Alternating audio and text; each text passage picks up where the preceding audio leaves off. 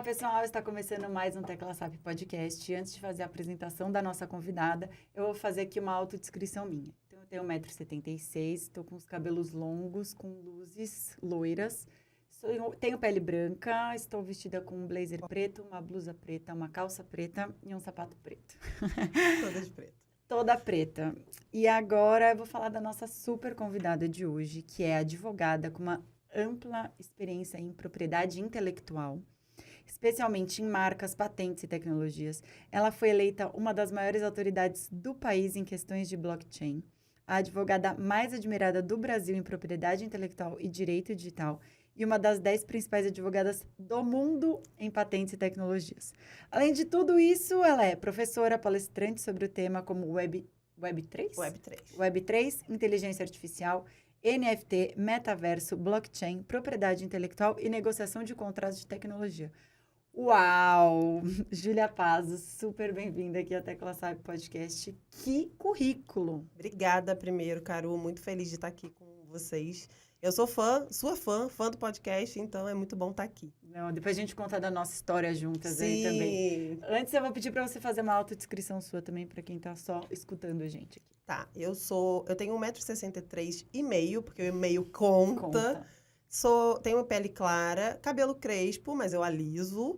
E tô com o cabelo preso. Ele é mais ou menos assim na altura do ombro. E tô com um terninho risca de giz, todo... Não é risca de giz, ele Xadrez. é quadriculado, xadrez, exatamente. Maravilha. Cinza. Ju, eu quero que você comece falando.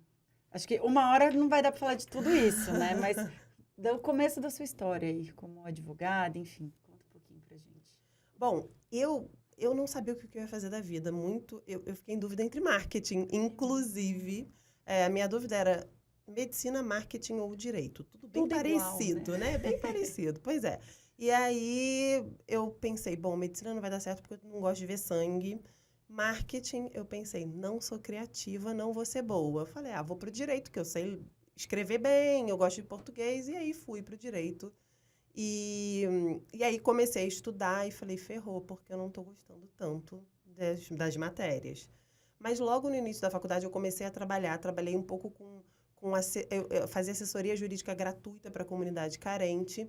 E recebi uma ligação de uma dessas fundações que faz a ligação entre estagiário e empresa, falando que tinha uma vaga super confidencial, se eu queria participar. Falei, quero. E aí eu fiz uma redação, passei, e eles falaram que eu tinha passado para o Instituto Nacional da Propriedade Industrial, que é um instituto que faz o registro das marcas aqui no Brasil, protege as patentes. Então, eu super novinha caí dentro do INPI, e aí eu comecei a estagiar, a entender esse mundo.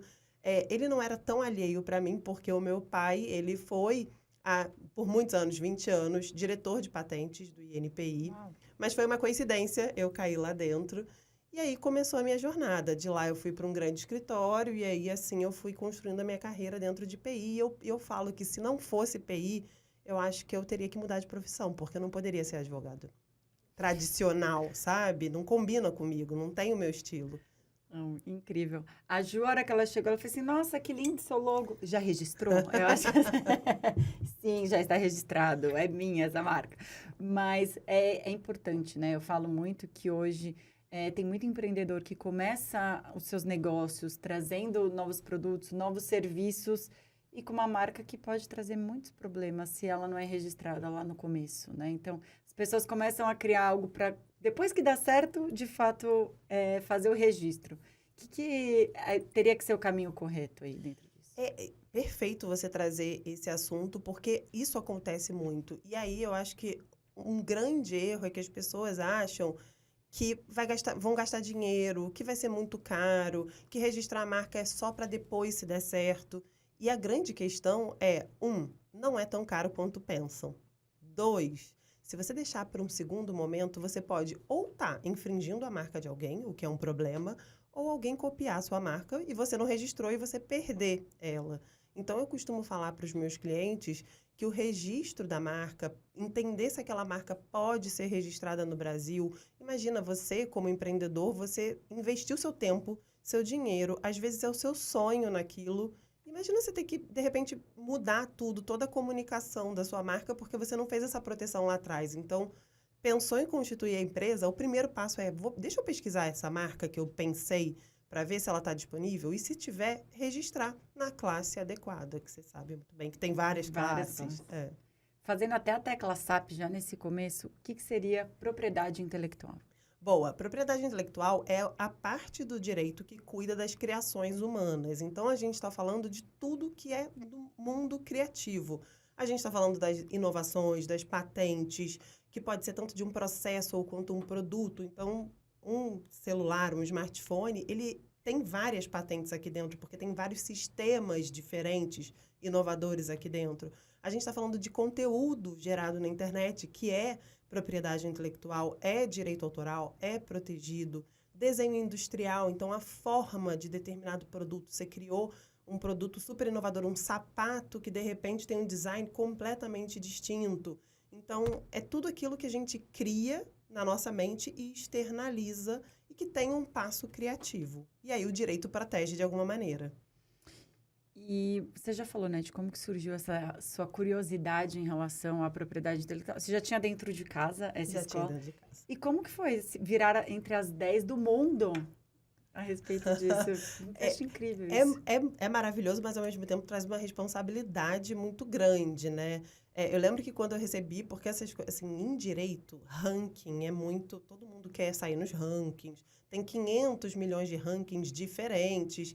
E eu lembro que quando eu recebi a indicação, assim, ser indicada, aí eu falei, não é possível. Tem alguma coisa... sabe, síndrome da impostora. Eu falei, tá errado isso.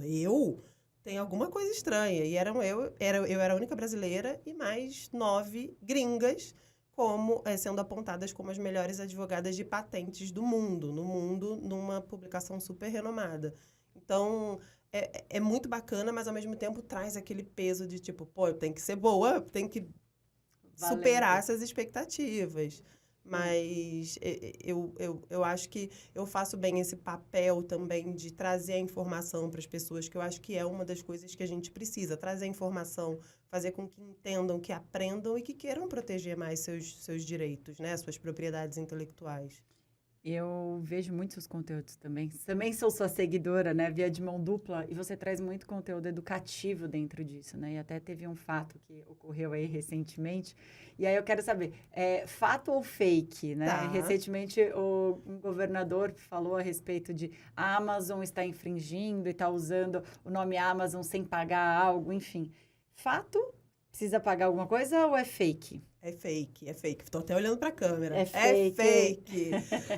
Eu até expliquei isso recentemente num vídeo. Quando a gente primeiro que você pode registrar uma marca que remeta a uma palavra que existe no dicionário. O que não dá é para você registrar a marca caneca para caneca ou a marca cadeira para cadeira. Agora, a marca Amazon para um provedor de serviço não viola direito de ninguém.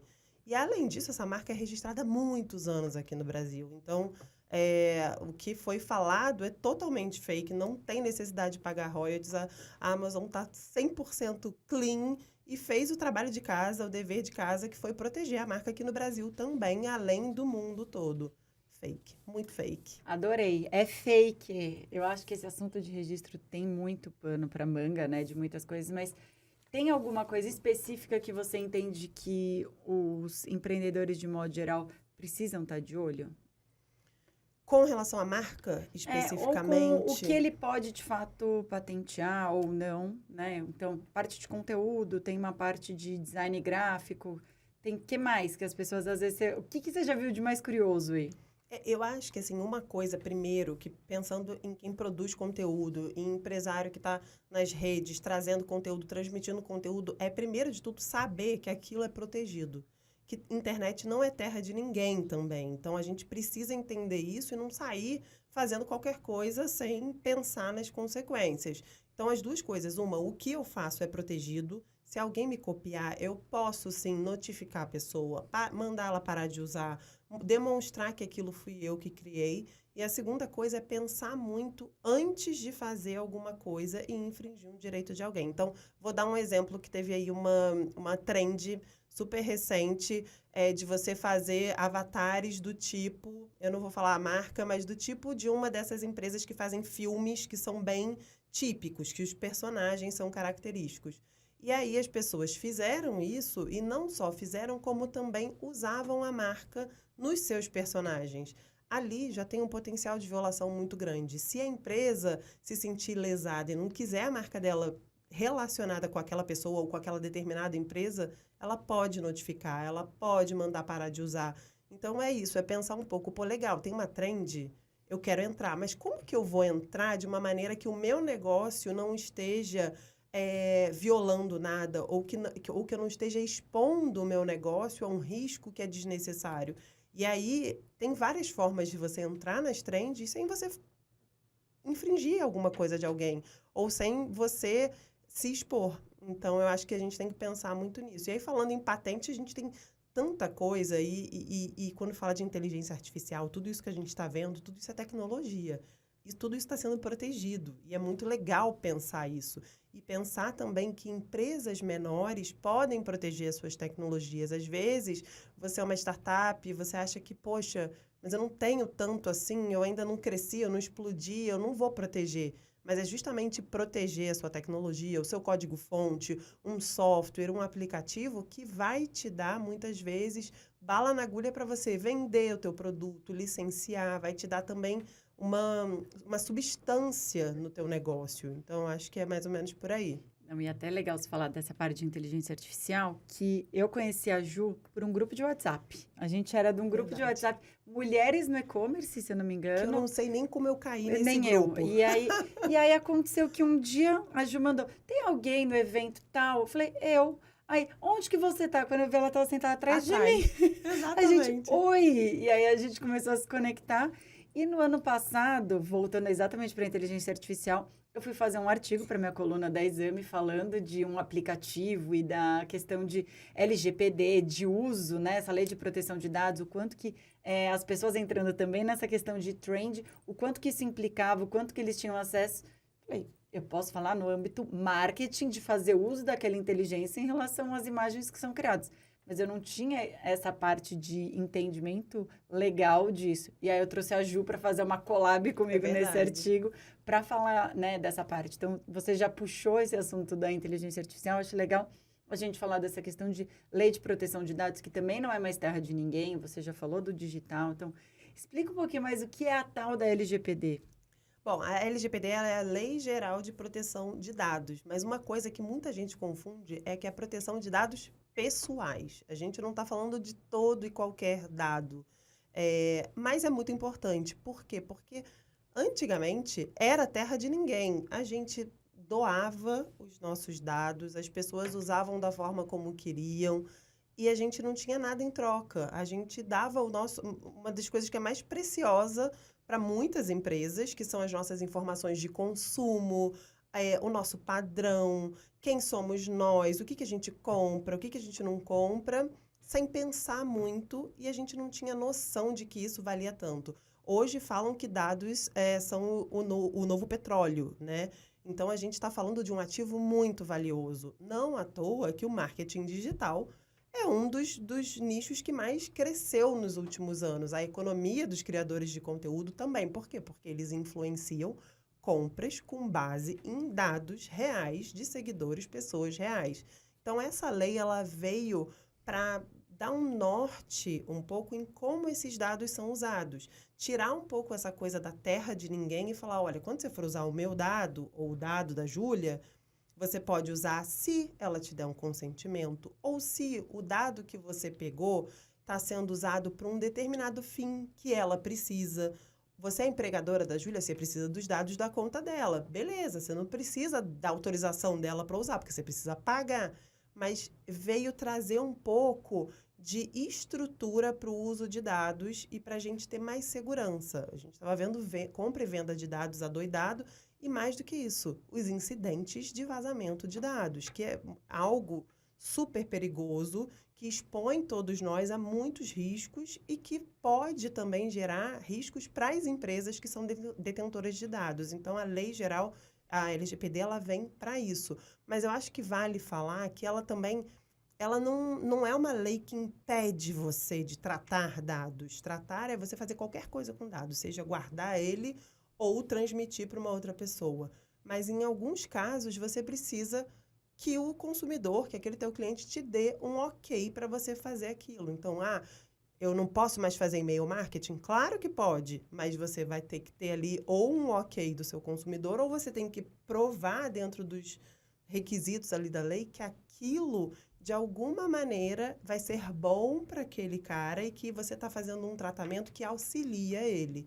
Então, eu acho que a lei veio para ajustar um pouco como os dados estavam sendo usados. E é tendência mundial, né? Ela foi baseada no GDPR, que é a Lei Geral de Proteção de Dados Europeia, e a gente vê todas as outras jurisdições e países fazendo leis exatamente nesse mesmo sentido. É maravilhoso você falar de todos esses lados, né? Primeiro que eu falo muito que quando você não paga por um serviço, você é o produto. Exatamente. Então, por exemplo, você não paga o Google, mas ele está ali, eu vendo o que você está buscando, site que você está entrando, o que você está comprando. E aí é onde as empresas, de modo geral, querem ver o seu hábito do consumo para converter. Então, qual é o público de interesse, o que ele compra, o que não compra, começa a aparecer para você aquele tempo inteiro de anúncios, de um monte de coisa, que eu vejo que, por um lado, é interessante, porque é o que você está mapeando e às vezes é algo que você precisa, mas por outro lado é um negócio que é super invasivo, né? Eu falo muito que teve um dia, eu estava no carro com meu filho, e aí a gente ficava brincando no carro de, vamos contar quantos carros prata e quantos carros azuis. Daí, um carro não sei o que, não sei o que. A hora que eu abri o Instagram, tava assim, qual a sua marca de carro preferida? E aí apareceu, falei assim, gente, todo mundo escuta tudo. Né? Mesmo trabalhando com marketing, eu mesma me assustei num trajeto assim, de 5 quilômetros, fazendo isso de brincadeira com meu filho, o como que a gente é mapeado dentro disso. E você falando isso, você se assustou trabalhando com marketing e eu me assusto trabalhando com privacidade, acontece muito isso. Mas a gente dá o consentimento quando a gente entra no aplicativo. Então, a gente está concordando que isso seja feito. Óbvio que a gente tem também ali, eu tenho duas opções. Ou eu entro e concordo, ou eu não entro.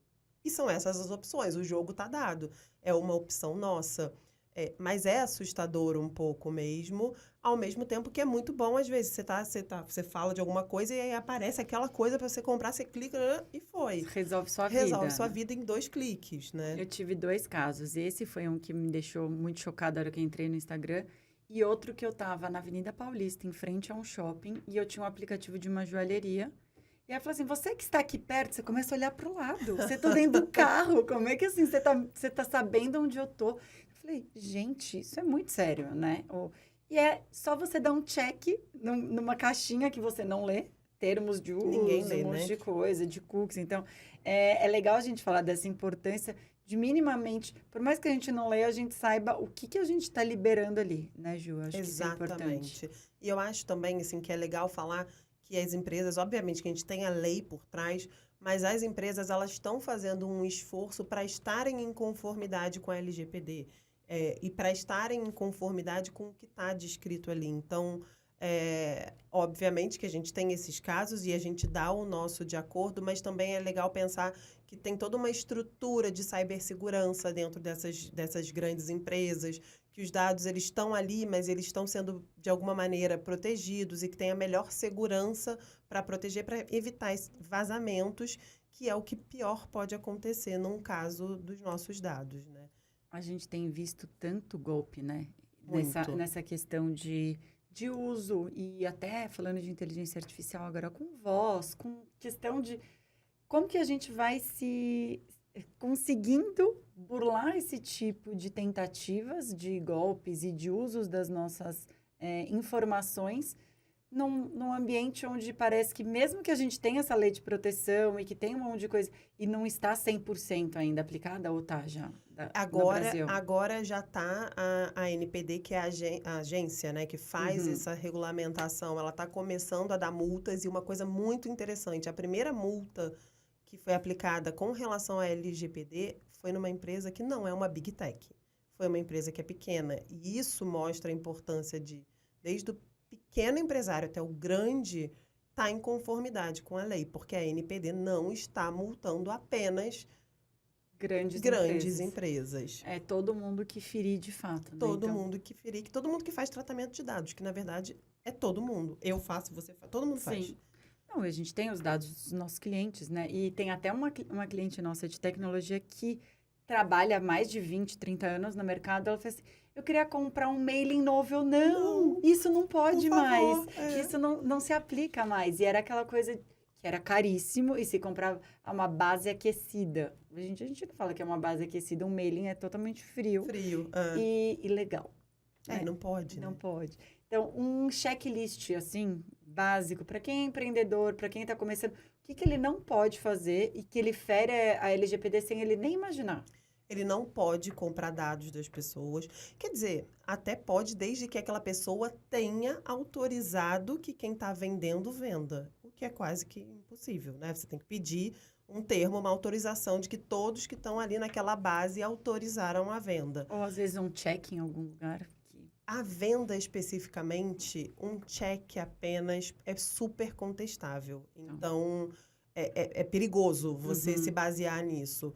Então, você não pode usar o dado de uma pessoa sem você ter autorização disso. Então, de repente, caiu no seu colo, ou você patrocinou um evento, o dono do evento não pediu autorização para ninguém, foi lá e te deu a lista dos participantes com e-mail ou telefone para você fazer sua ação de marketing. Isso não pode. Isso é muito comum. É muito comum em todos os ambientes. Eu trabalho aí há mais de 20 anos no mercado e quando você é um expositor, você já recebe o mailing de todos os participantes do evento. Se não tem algo de consentido lá, você está burlando. E aí o importante é você, como expositor, pedir para o organizador do evento falar, olha, cadê a autorização de compartilhamento dos dados de todas as pessoas que estão aqui? E aí o organizador do evento tem que ter esse cuidado de ter em algum lugar uma autorização, um check, aí sim, um compartilhamento, tudo bem.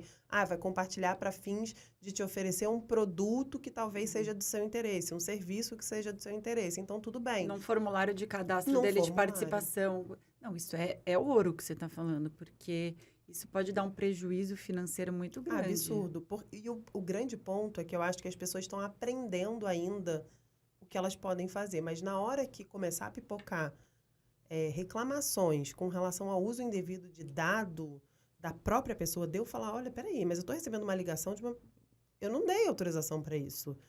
Da onde veio essa autorização? E você reclamar judicialmente, aí eu acho que as empresas vão começar a levar mais a sério isso. Mas eu acho que o grande ponto lembra que para você usar o dado de alguém, você tem que ter autorização. De alguma maneira. Ou essa pessoa vai te autorizar diretamente, ou quem está te passando esse dado tem que ter essa autorização para tanto. A não ser que esteja enquadrado ali dentro da LGPD em outro rol de tratamento. Então, por exemplo, o que eu falei, se você é empregador e você vai pagar o seu empregado, você precisa dos dados pessoais dele. Então, você não precisa ter uma autorização expressa dele dizendo que você pode usar os dados dele. Isso é uma forma de tratamento que está dentro da lei que diz que você não precisa da autorização. Mas, em quase todas as outras situações, ainda mais quando a gente está falando de marketing, normalmente você precisa ter uma autorização expressa. Isso é super sério, super novo, extremamente necessário de se falar, né? Porque uma vez que as pessoas usam e estão usando de uma forma deliberada, é um perigo. Tem até, você falou essa questão, né? De repente, daqui a pouco uma ligação que você recebe, da onde que você pegou esse meu número? Já acontece muito em mensagem do WhatsApp, de que manda assim, olha, tem uma vaga, meio período. Eu recebo isso também. Outro dia eu mandei assim, onde que você pegou esse meu contato? A pessoa me bloqueou. Aí eu falei, gente... Porque ela sabe que ela está violando o seu direito. Entendeu? Não tenho tempo para pegar um job freela meio período. Não tô com esse tempo, não. Mas eu faço a mesma coisa que você. Eu devolvo para a pessoa e falo, quem te deu autorização para entrar em contato comigo? Aí me bloqueiam na hora. E teve um banco, uma vez que foi mandar um e-mail, mandou para todo mundo em cópia... Sem ser oculta, aberta. Sem ser oculta. A pessoa foi desligada do banco, porque começou um monte de gente falando... Mas, olha, tá aberto. Então, manda direto para a pessoa. Não precisa encher a caixa de todo mundo, né? E aí, teve uma troca da gerente. Enfim, eu vejo que hoje está se tornando uma coisa muito mais séria, uma preocupação. E tem até das empresas, até com medo de levarem uma multa. Que as multas, isso é importante falar. elas podem ser milionárias, muito altas, muito altas. Eu ouvi um caso de que uma empresa, em Portugal teve um caso de um e-mail e o governo teve que pagar 60 mil euros por um e-mail enviado. Então, quando a gente fala de algo que é uma proporção grande, pode quebrar uma empresa. Pode quebrar uma empresa. Então, é muito sério o que a gente está trazendo aqui. É super sério, tem que prestar muita atenção e tomar muito cuidado, muito cuidado. O que você acha que hoje, na sua análise, as empresas já começaram a se preocupar com isso? Já estão mais estruturadas ou estão esperando assim, a hora que a coisa for vigente, é o tal do jeitinho brasileiro? Eu acho que, assim, num primeiro momento, todo mundo desesperou. E aí tentou, as maiores empresas quiseram entrar em conformidade e aí contrataram os escritórios de advocacia para fazer a análise dos dados. E aí uma coisa interessante também de se pensar, voltando ali no checklist, só tenha dados que você precisa ter. Se você não precisar daquele dado, para que você vai se expor tendo aquilo na tua base que pode vazar, que pode dar um problema? Então, sempre procure ter dados que são importantes para o teu business, importantes para o teu negócio. O que não for, exclui da sua base. Não precisa ter aquele dado. Então, voltando, no primeiro momento, as empresas correram para se adequar. E agora que começou a ter a onda da ANPD poder aplicar multas, todo mundo está correndo atrás de novo. Eu acho que são... É a coisa do jeitinho brasileiro, assim, na hora que o calo aperta, a gente corre para resolver. Então, eu acho que, no fim, a gente está vendo um movimento agora, de novo, de aquecimento das empresas se preocupando, mas muito porque tem uma possibilidade, uma multa milionária acontecer. Mas quem é pequeno ainda se pensa, não vai acontecer comigo não, depois eu vejo. E eu acho que é aí que a gente tem que parar e prestar atenção, porque a primeira autuação da ANPD foi justamente uma autuação numa empresa pequena. Então... Até porque a empresa pequena não tem meios de esconder o que ela está fazendo de errado, né? Uma maior, às vezes, tem uma outra forma, uma coisa de e-mail marketing, enfim, né? Que possa, enfim, ter algum outro diferencial aí, mas realmente é algo que a gente precisa ir se estruturando e entendendo que é sério e que é uma preocupação de uso geral para todo mundo. Geral. Inclusive, quem é influenciador tem que ter essa preocupação. Quem vende serviço em rede social, que faz aquelas ações, aqueles 6 em 1, 7 em 1, que cadastra base de dado pessoal. Quem está comprando sou eu, é você, são pessoas. Então, precisam ter este cuidado de ter uma rede de cibersegurança, os dados criptografados, ou seja... Não é qualquer um que vai entrar, não é uma planilha de Excel. Acho que isso também tem que pensar. Você não vai ter uma planilha de Excel ali com... Você vende 100 mil cursos com 100 mil nomes, endereços e telefones e cartão de crédito das pessoas, né? Não dá. Então, tem que ter uma forma mais moderna, tecnológica e protegida de ter esses dados guardados. E a gente vê muito essa questão de vazamento de dados, né, Ju? Até a NASA. Então, assim, vamos partir do princípio que Google, NASA, Facebook, todo mundo já foi hackeado. Então, a nossa chance, que não tem essa questão de cibersegurança e tudo mais, né, nesse nível deles, é muito grande. Então, a gente tem que se precaver da melhor forma possível. Exatamente. E quando a gente fala de blockchain, faz uma tecla SAP também aqui do que seria esse blockchain, o que as empresas precisam entender em relação a isso? Blockchain, eu vou tentar explicar da forma mais fácil possível. É uma rede criptografada, que significa que ela é muito segura. Peer-to-peer, que ela é de uma ponta a outra. Então, eu posso negociar com você qualquer tipo de ativo dentro dessa rede, sem ninguém se meter no meio. E com muita segurança. E por que chama blockchain? Porque são cadeias de blocos. Então, um bloco se liga ao outro, que se liga ao outro, vai formando uma cadeia gigante. Essa cadeia, ela é com dados criptografados por meio de hash, que é uma junção de números e letras. E você, como hacker, só consegue hackear ou mudar alguma coisa dessas transações se você mudar a cadeia toda de blocos. E aí, por isso que hoje, da forma como a tecnologia está, você não consegue violar uma blockchain. Por quê? Porque você vai ter que ir num número de computadores, de uma rede computacional absurda. Para conseguir ver o todo. Para conseguir ver o todo e violar alguma coisa. No passado, a gente conseguia fazer... Porque como que funciona na blockchain? Você tem uma rede de um monte de gente, pensa assim, muitos computadores validando as transações. Então, vamos supor que eu venda um ativo para você numa blockchain. Você comprou. Alguém, para aquela transação acontecer mesmo, e o que é meu sair da minha carteira e ir para a sua, alguém vai ter que validar. E aí, essa validação, antigamente, ela podia ser feita num computador de casa. Hoje, são no que a gente chama de fazendas de mineração, que são aqueles computadores gigantes que a gente... É onde minera cripto, por exemplo. Onde minera cripto, exatamente. Ótimo. Então, é muito difícil você conseguir violar isso, porque é uma rede computacional muito robusta.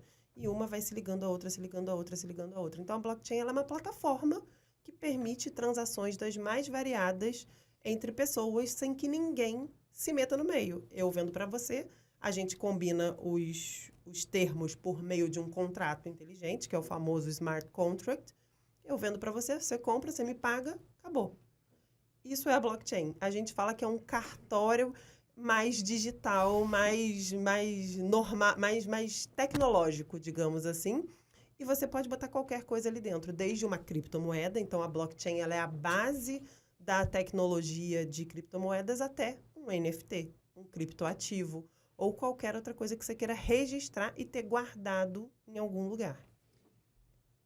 Tem um monte de pergunta aí, viu? Antes de mais nada... Parece fácil, mas não é. Olha, tá todo mundo aqui assim, ó. Primeiro de tudo, existe alguma ferramenta ou plataformas já com essa parte de blockchain que a gente possa usar? Quais que são as mais famosas?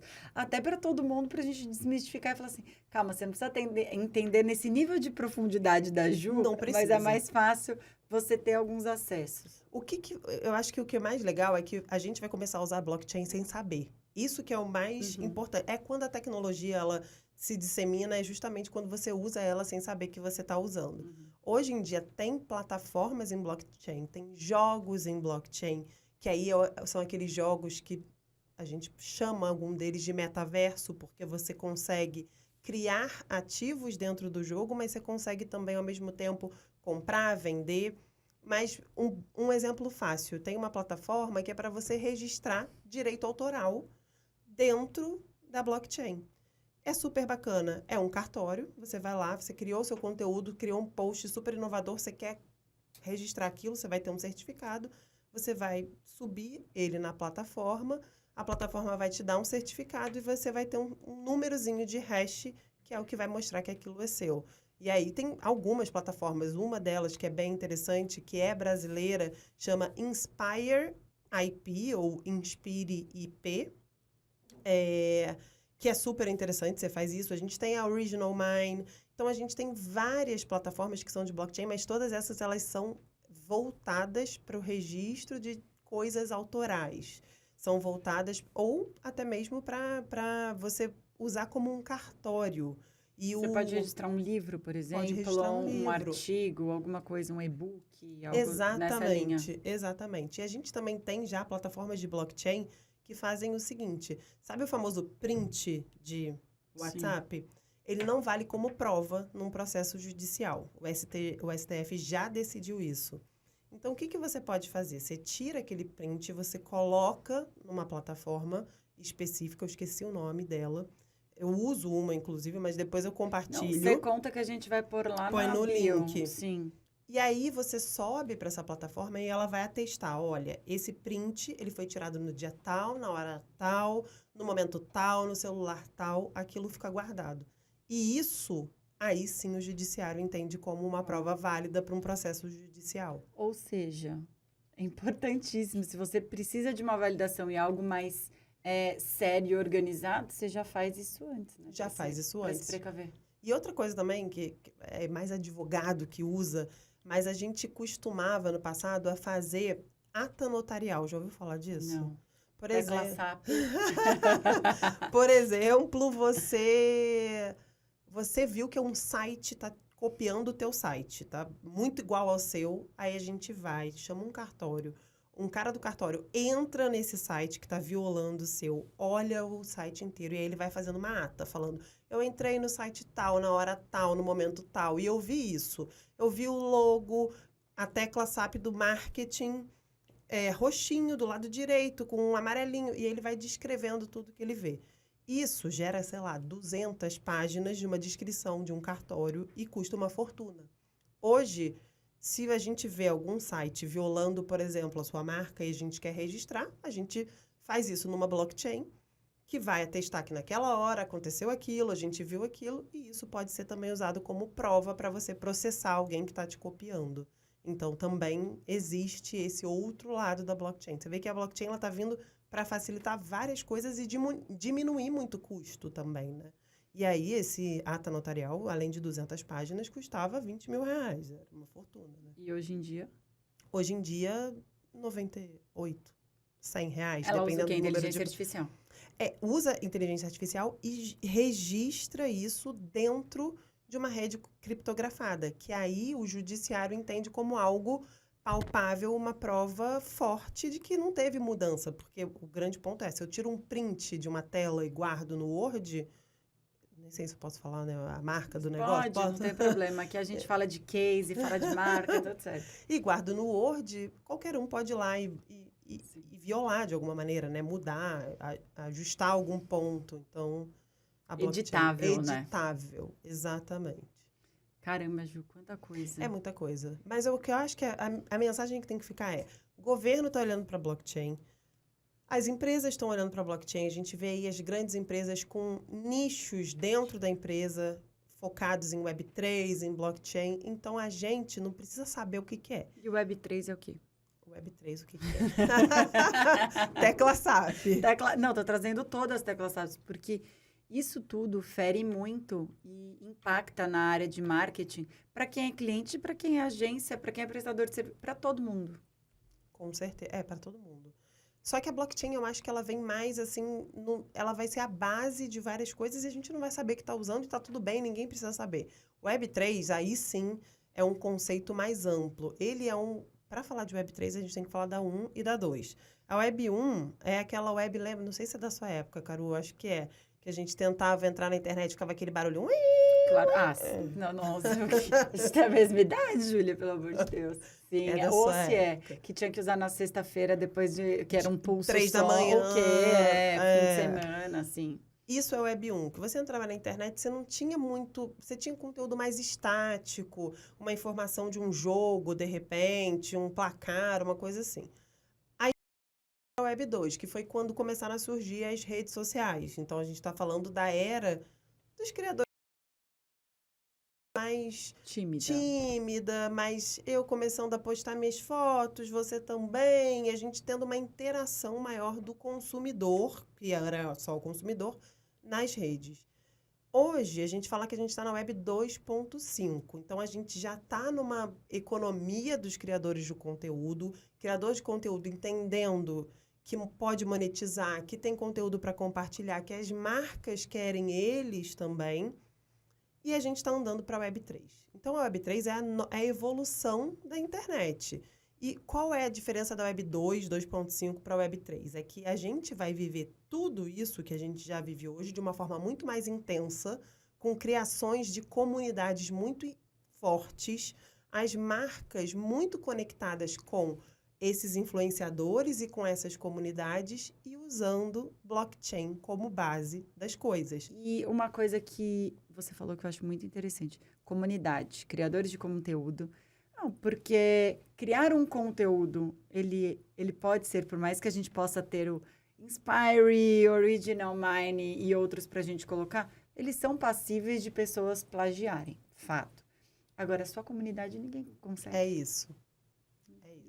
E aí, a gente vai para um outro lado. Ah, beleza, estão copiando o meu conteúdo. Eu não quero que copiem, eu vou me mexer para que não copiem. Mas quando você cria a sua comunidade e você é original, não tem... Podem copiar o que for, porque o jeito que você fala, ninguém fala. Sim. O jeito que você interage com a sua comunidade, ninguém interage. Então, podem copiar que... Muitas vezes podem copiar que a sua comunidade não vai comprar a cópia, por mais que ela seja mais barata. E pelo contrário, vai falar, olha, tá tendo isso aqui lá. E isso que você trouxe, Carol, é muito interessante, porque eu trabalho para muitas influenciadoras e eu tenho uma influenciadora que é minha cliente, que ela é influenciadora de emagrecimento, grande, assim, ela fala para muita gente. E a gente fica sabendo das violações porque as alunas dela falam pra gente, falam... Carol, o nome dela é Carol. Carol, aqui a fulana tal tá te copiando, copiou o teu quadro, fez não sei o quê. E aí, dependendo do caso, a gente notifica a pessoa, a gente tem uma estratégia, em alguns casos agressivas, em outras não. Só manda uma mensagem na própria rede social, falando, olha, esse conteúdo tá protegido. Então, Precisa colocar os créditos, precisa pelo colocar, menos, pelo né? menos faz uma referência a mim, me dá autoria. Mas a comunidade é muito forte. E as marcas perceberam isso, né?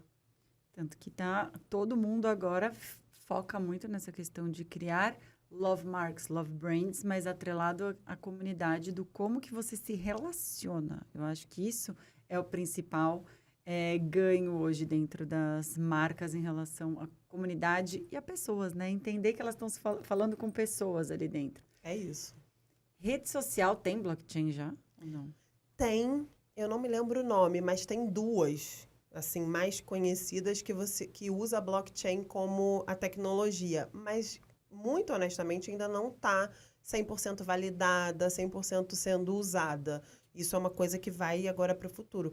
Mas o que eu acho interessante pensar é que o governo está pensando em blockchain. Eu fui agora jurada de um concurso, de um hackathon, do Governo Nacional, do Tesouro Nacional, para tokenização de ativos do Tesouro.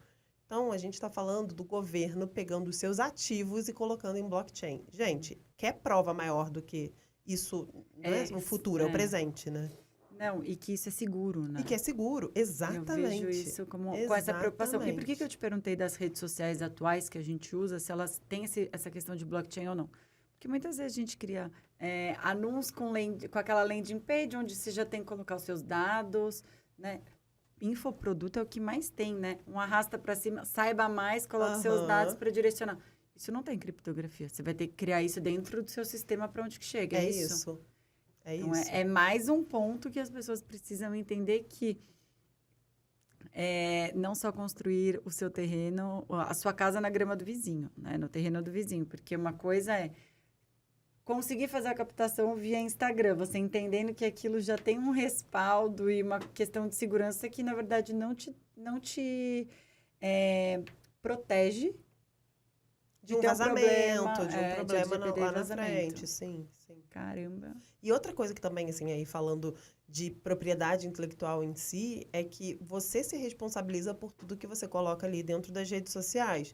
Se você tiver um problema com algum conteúdo, com alguma coisa, a primeira coisa que acontece é a rede social, ela se exime do problema. Seja o problema com você violando, ou de alguém violando o seu. Hoje, a gente tem um marco civil da internet que fala o seguinte, que as plataformas, elas só são obrigadas a tirar alguma coisa do ar, um conteúdo do ar, se tiver uma ordem judicial para isso.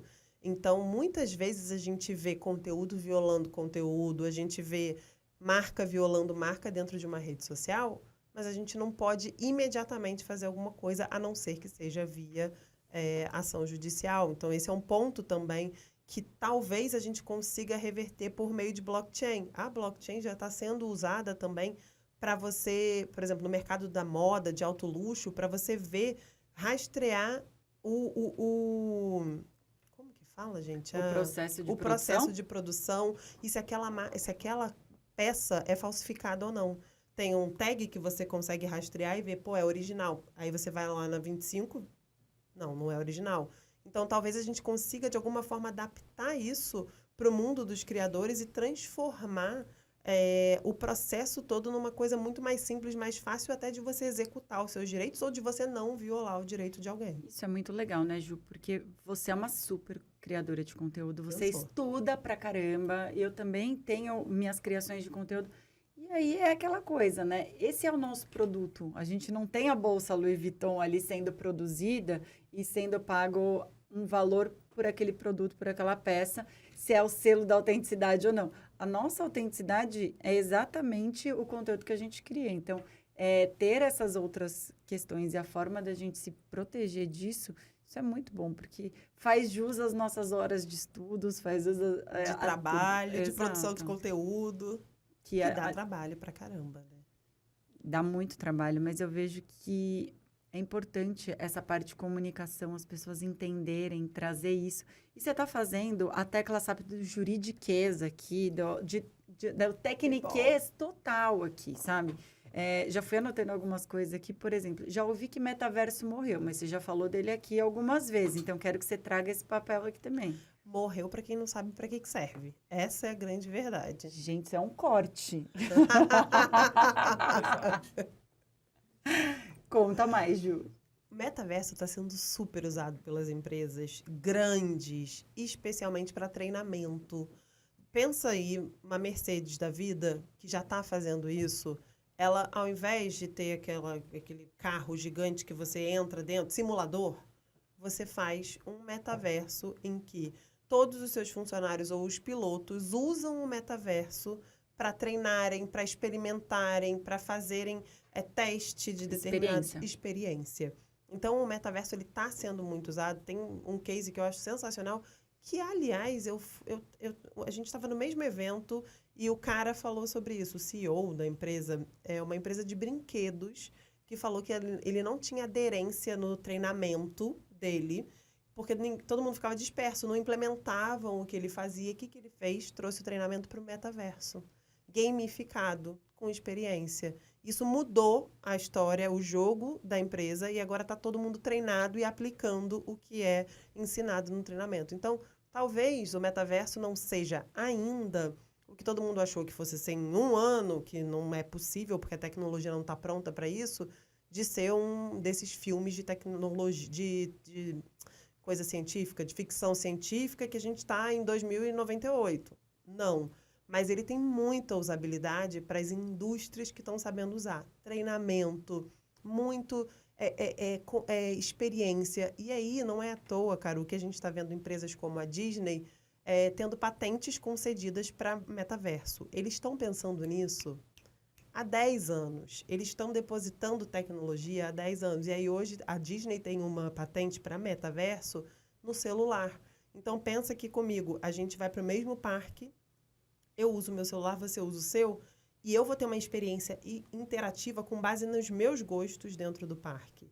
E você vai ter outra experiência completamente diferente dentro do parque. Isso é metaverso. Super experiência do consumidor. Metaverso é totalmente experiência do consumidor. E quando a gente fala de Disney, querendo ou não, é essa entrega de experiência, né? Mas os caras estão, tipo, anos-luz, né? Então, eu acho que é isso. Teve aquele buzz do metaverso que todo mundo começou a falar e a gente viu várias marcas querendo fazer qualquer coisa no metaverso. Hoje, o buzz diminuiu, mas ele está acontecendo e as empresas que estão realmente focando, elas estão investindo em tecnologia, em pensar em como trazer experiência para o consumidor, experiência para o usuário, para transformar o metaverso em algo que vai agregar na empresa, né? no que eles fornecem para o consumidor. Imagina, eu acho incrível eu chegar num parque e eu ter a experiência que tem a ver comigo. E assim, quando a gente fala, the dreams come true. Então, assim, é um isso. negócio de uma experiência que às vezes é o sonho da sua vida e ela vai ser elevada à potência XYZ, né? Dentro disso. Que fantástico quando a gente pensa nisso. Falando de metaverso. E aí a questão de NFT também. Começaram a fazer um monte de coisa de NFT e aí ninguém mais usa, ninguém mais fala. Mas você falou aqui, então eu falei assim, não. Se a Ju falou, acho que tem alguma coisa aí pra gente ainda pensar. NFT também, mesma coisa. Teve um buzz e aí todo mundo começou a conhecer NFT porque o Neymar comprou o macaquinho por não sei quantos milhões. E aí ficou aquela coisa, NFT é investimento, é arte, vamos ganhar dinheiro com isso. Mas NFT também nada mais é do que criação de comunidade e experiência do usuário. Hoje, a gente vê... O que é o NFT, né? Vamos dar a tecla SAP aí. O Non-Fungible Token, ou token não fungível, ele é algo único, um token. Então, pensa ali Lembra dos tokens do celular? Que a gente tinha ali vários números mudando? É mais ou menos aquilo, só que dentro do NFT pode entrar qualquer coisa. Desde uma arte, uma música, um papel, uma informação de alguém. Os NFTs, os mais conhecidos, são criptoartes. Então, a gente está falando de desenho, de música, de filme, de uma jogada da NBA sendo retratada dentro desse criptoativo. E aí, como é que a gente vê esse NFT, né? No nosso computador, é como se ele fosse uma imagem ou como se ele fosse uma música. A gente consegue ver normal, não é nada fora do que existe hoje. E hoje, os NFTs eles estão sendo usados para se aproximar do público. Então, a gente vê, por exemplo, NFTs de clube de sócio-torcedor. Então, você compra um NFT, você tem acesso à área VIP do estádio, você conhece o seu jogador preferido, você tem acesso a descontos exclusivos, você tem acesso a prêmios exclusivos, mas tudo isso porque você comprou um ativo que, de repente, vai ser o gol do teu jogador preferido em 1982.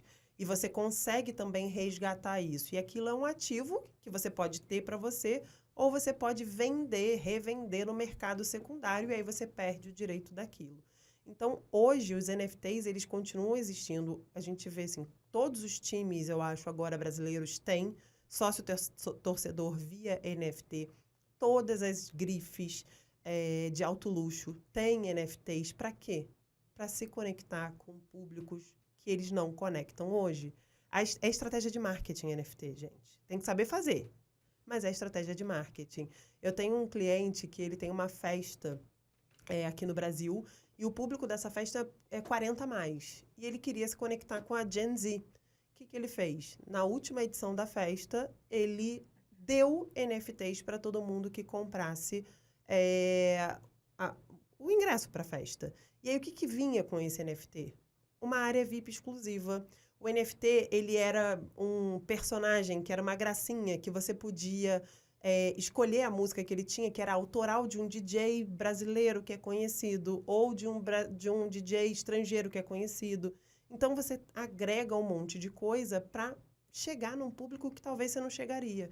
E aí, a festa, ela teve mais pessoas jovens, que era o que ele queria, e essas pessoas receberam esses NFTs que criaram uma comunidade, um metaverso exclusivo.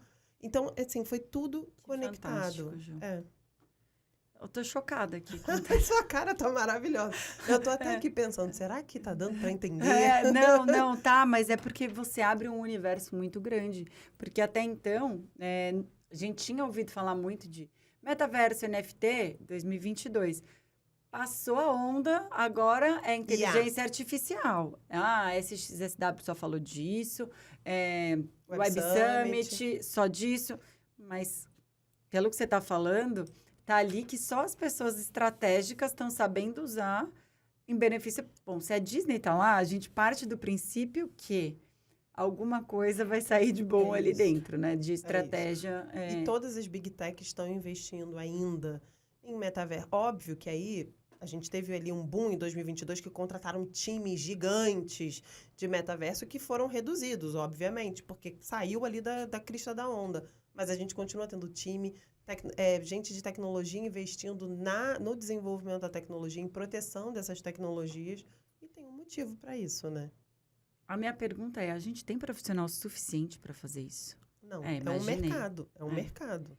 Assim como inteligência artificial. Se alguém falar assim, especialista em IA, não, desculpa. Não tem, não existe. Não existe. Que loucura.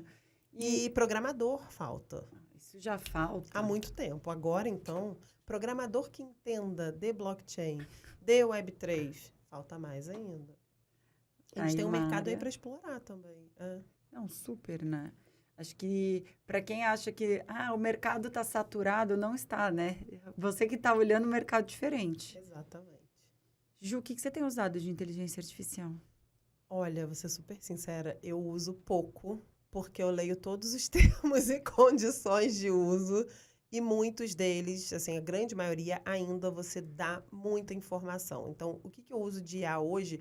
Lá no escritório, a gente tem uma IA do escritório que é super segura e que eu posso imputar qualquer informação que ela fica dentro do ambiente do escritório. E isso é uma coisa que a gente tem que prestar muita atenção. Então, vamos supor, você quer escrever uma copy de alguma coisa. Aí você vai lá e joga a mais famosa de todas, que eu não vou falar a marca. Só tem um ícone ali dela, a gente não fala, tá atrás da Ju Tá ali. ali. É. E aí você joga ali isso que as pessoas precisam entender. A informação que você joga ali, você tá dando de presente para aquela inteligência artificial ser treinada. Então, se você joga uma informação confidencial, uma informação de faturamento, ou você pede uma cláusula super específica de um contrato seu, você está dando informação para a IA. E ela pode e vai usar aquilo da forma que for, que ela entender, né? Assim que precisar dessa informação para outra pessoa, você já educou ela. Você já educou ela. Então, eu tomo muito cuidado na hora de usar. Eu entrei numa trend para falar para as pessoas o porquê que você tem que prestar atenção na hora de entrar, mas eu não costumo usar tanto assim, justamente pelo meu medo da informação que eu vou imputar. Por quê? Porque o tipo de informação que eu imputo numa IA é informação confidencial. Eu não estou botando qualquer coisa, eu vou ter que botar uma informação de um cliente, alguma coisa, e por mais que eu não coloque a marca ou o nome, muitas vezes isso, né, a inteligência é inteligente, então não, ela a gente consegue tá falando captar. da parte jurídica, e aí você está fazendo alguma coisa que você vai colocar diretamente para o seu cliente, isso pode ser uma brecha para outras, né? Exatamente. Então, esse é um negócio que é bem sério. Aliás, se eu puder contar, se der tempo, um case... Nossa, eu quero agora. Esse case é surreal. E, assim, até eu fiquei chocada quando aconteceu. Uma cliente, produtora de conteúdo, ela é dona de uma empresa grande, produz conteúdo na internet, produziu um post. Ela fez um post, ó, muitos anos atrás, maravilhoso, pontuando várias coisas. Postou. Aí, recentemente, ela tá... Sabe quando você tá com pouco conteúdo, você fala para quem trabalha com você, pô, pega os posts antigos e repagina. E aí, a pessoa que trabalhava com ela usou inteligência artificial para repaginar um post dela.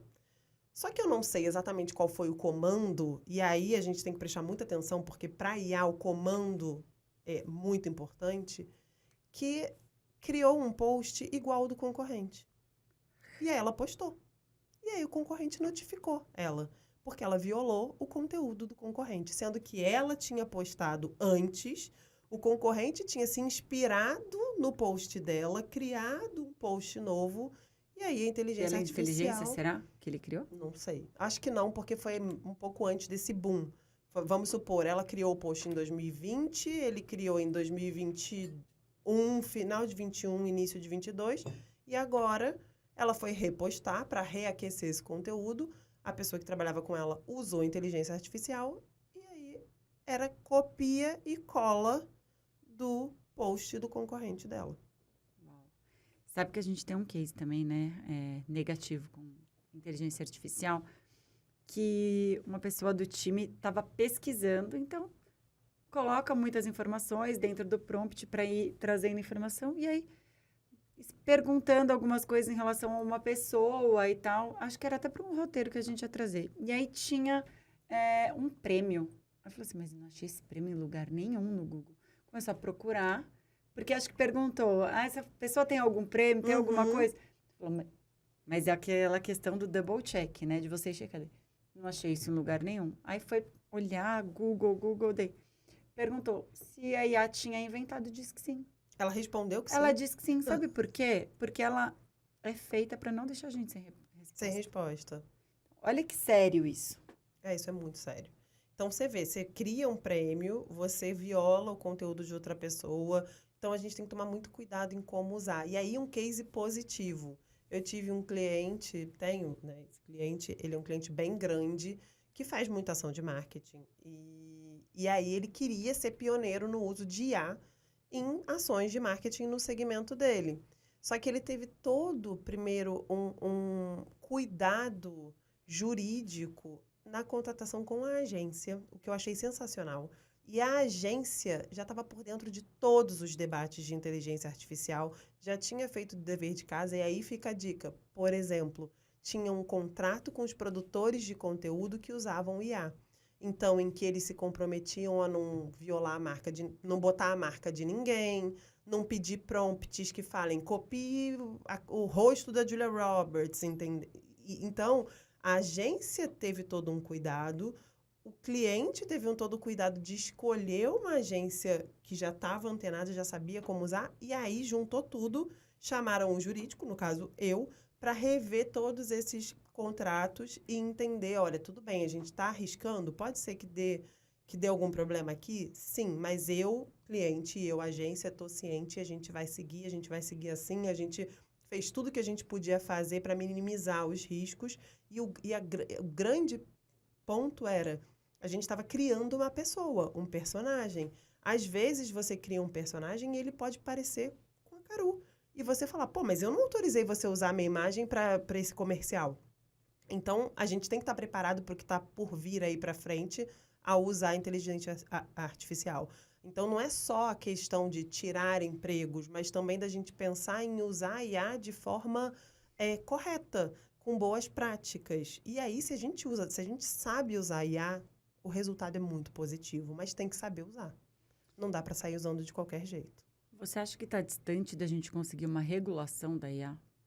Eu acho que não, mas eu também não acho sempre que regular só é a solução. Porque depende muito da regulamentação. Agora, a gente tem aí, né, o PL da IA, e o que eu vejo, diferente do que foi feito com privacidade, com a LGPD, que se pautou em coisas que já existiam e que se chamou a sociedade, quem estava à frente para palpitar sobre o assunto, isso não foi feito agora. Então, muitas vezes pode sair algo que não condiz com o que a gente precisa para a realidade, né? Para o fato, para o que acontece no mundo real. Então, eu acho que é importante regular, mas, ao mesmo tempo, a gente tem que entender que a regulação não pode parar a tecnologia, não pode desincentivar a tecnologia. Então, chegar nesse nível em que a gente tem a regulamentação, mas ela também não deixa a limita, né? E não limita a tecnologia, é desafiador. Mas eu acho que a gente vai chegar em breve numa regulamentação, sim, aqui no Brasil. Porque eu acho que essa questão... Existe até um conflito, né, dessa inteligência artificial com LGPD, às vezes, nesse contexto. Com blockchain com a LGPD também. Porque a LGPD diz que você tem que poder apagar... Você tem a obrigação de apagar os dados do consumidor, do cliente, se ele quiser. Blockchain é inviolável e não pode apagar. O dado, quando ele está lá dentro, você não apaga. Ele acabou, ele está ali. Você não tem como excluir ele da rede. Você pode não deixar ele público. Então, eu já tive até uma discussão internacional sobre isso, sobre como que a gente concilia privacidade e blockchain. É um desafio também. Caramba. E é um negócio muito sério dos dois lados, né? De todos os lados. Ju, nem sei mais o que perguntar. Você já fundiu a minha cabeça aqui. Pô, mas você perguntou pra caramba. Ah, mas claro, porque eu aprendo aqui. Eu falo que, gente, aqui pra mim... Você perguntou muito. Não, eu falo que é algo pra ajudar as pessoas. Mentira, é aqui, ó. Eu tô observando tudo aqui dentro. Mas conta alguma coisa diferente, algum case, além desse que você já contou, se tiver aí na sua cabeça. Algum case... Só pra gente fechar mais um pouco aqui, falou, gente... De tecnologia, Algo que você achou muito diferente, por exemplo, esse caso desse cliente, da outra que teve a questão da IA, ou algum de propriedade intelectual...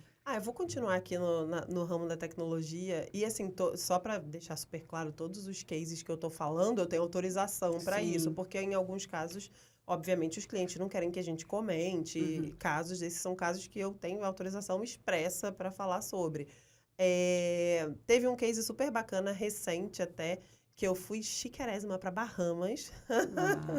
Para lançar o NFT de Chitãozinho e Chororó. E aí, isso que eu acho interessante também, ver como que artistas que também são antigos, que estão no mercado há muito tempo, estão antenados para as novas tecnologias.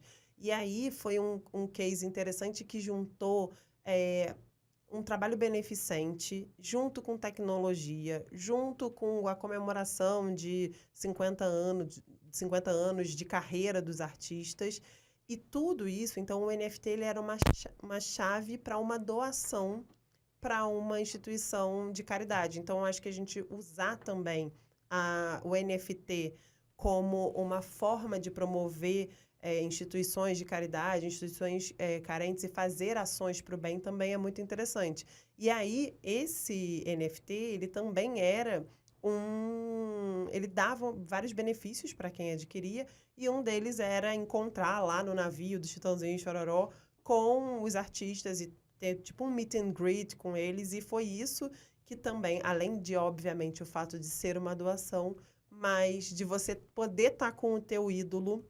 E, além disso, o próprio NFT, ele era um violão que foi assinado por um artista super conhecido, o Mena, que é um grafiteiro aqui no Brasil.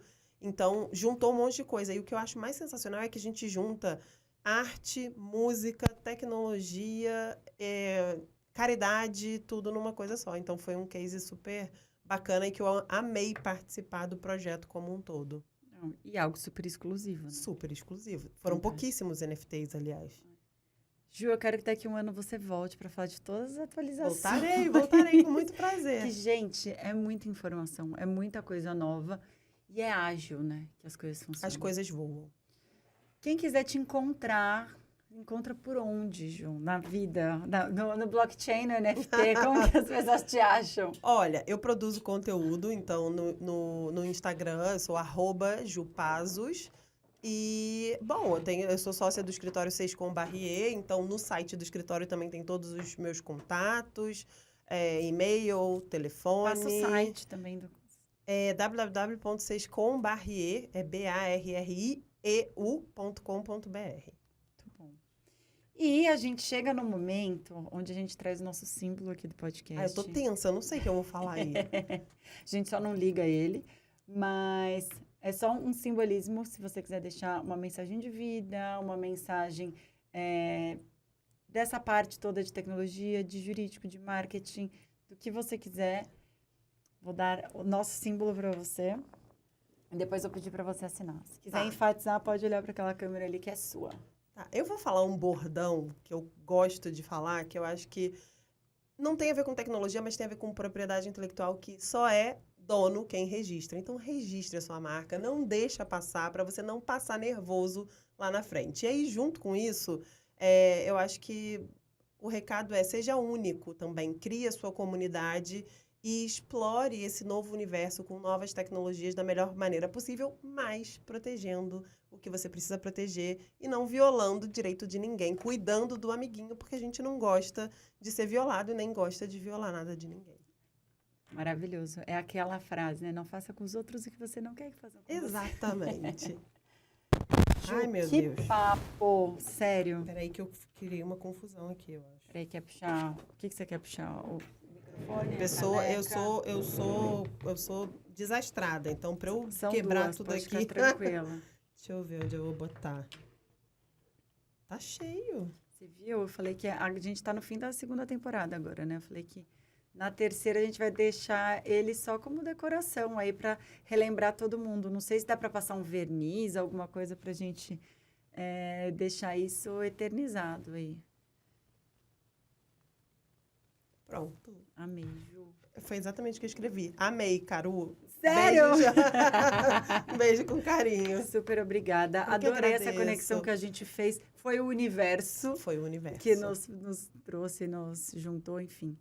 Desejo muito sucesso e traga novas informações pra gente sempre. Quero mais collabs com você. Por favor, precisamos. Vamos trazer, com certeza. Não, você já foi falando, eu já fui trazendo tanta coisa de assim. Você acha que o metaverso morreu? Já vai ser. Eu já tô dando um spoiler de um artigo. Morreu para quem. Pronto. Ó, esse artigo é bom. O metaverso morreu para quem não sabe usar. Não, Gostei. então. E aí vem a Ju me dando aquele respaldo, igual ela deu no Lença. Vambora. Na outra vez. Ju, super obrigada de novo. Amei muito. Obrigada a você. Vou te esperar de novo mesmo. Conte comigo, eu virei com certeza. Maravilha, Ju. Super obrigada. Obrigada a você. E esse foi mais um Tecla SAP cheio de conteúdos novos que fundiram a cabeça por aqui. Toda semana a gente tem um novo conteúdo. Se você quiser saber mais das nossas informações, ou de contatos, ou de outras coisas que a gente faz, no @CaruFernandes ou @TeclaSAP Podcast. Até a próxima.